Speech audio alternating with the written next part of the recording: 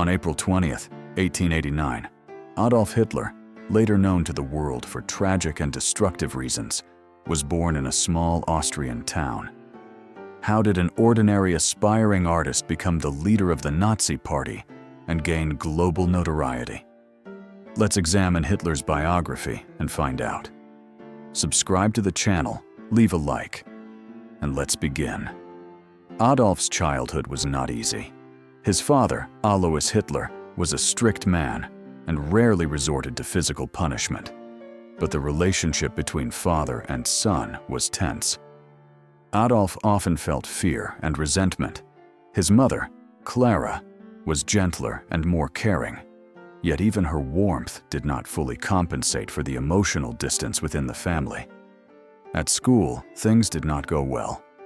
The future dictator received high marks only in drawing and physical education. In the early 1900s, Adolf's parents passed away. Despite their complicated relationship, the young man felt deep grief over the loss. After finishing secondary school in 1905, Hitler wanted to become an artist. He produced reasonably decent paintings. Who knows how history might have unfolded, but it did not. He applied twice to the Vienna Academy of Fine Arts, and both times he was rejected. Hitler's move to Vienna at the end of 1907 became an important stage in his life. The city was a center of political life, but at the same time, the young man faced poverty and social instability. The future Führer lived in hostels and cheap apartments, experiencing all the hardships of life among the lower social classes. During this period, he began developing his political views, immersing himself in literature that emphasized ideas of racial superiority and nationalism.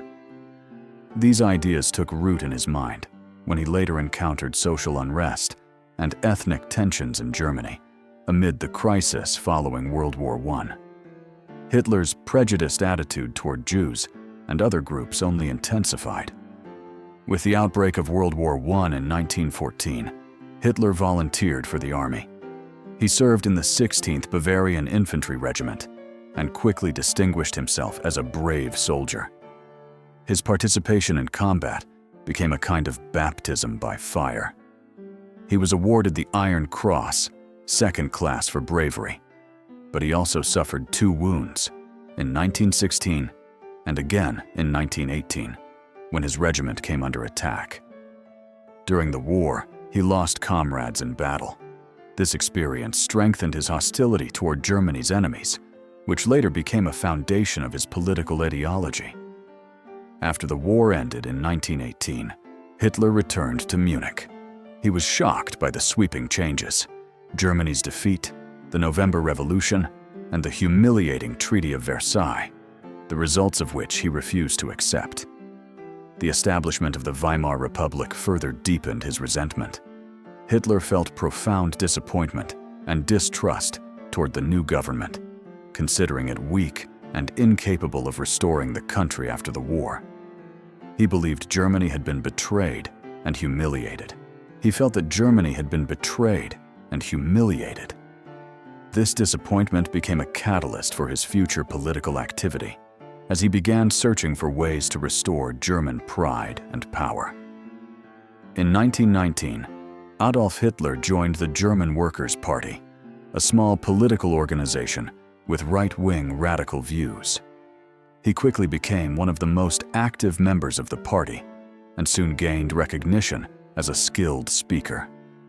His charismatic speeches and ability to capture the audience's attention allowed him to effectively influence the masses. He became a prominent figure within party circles.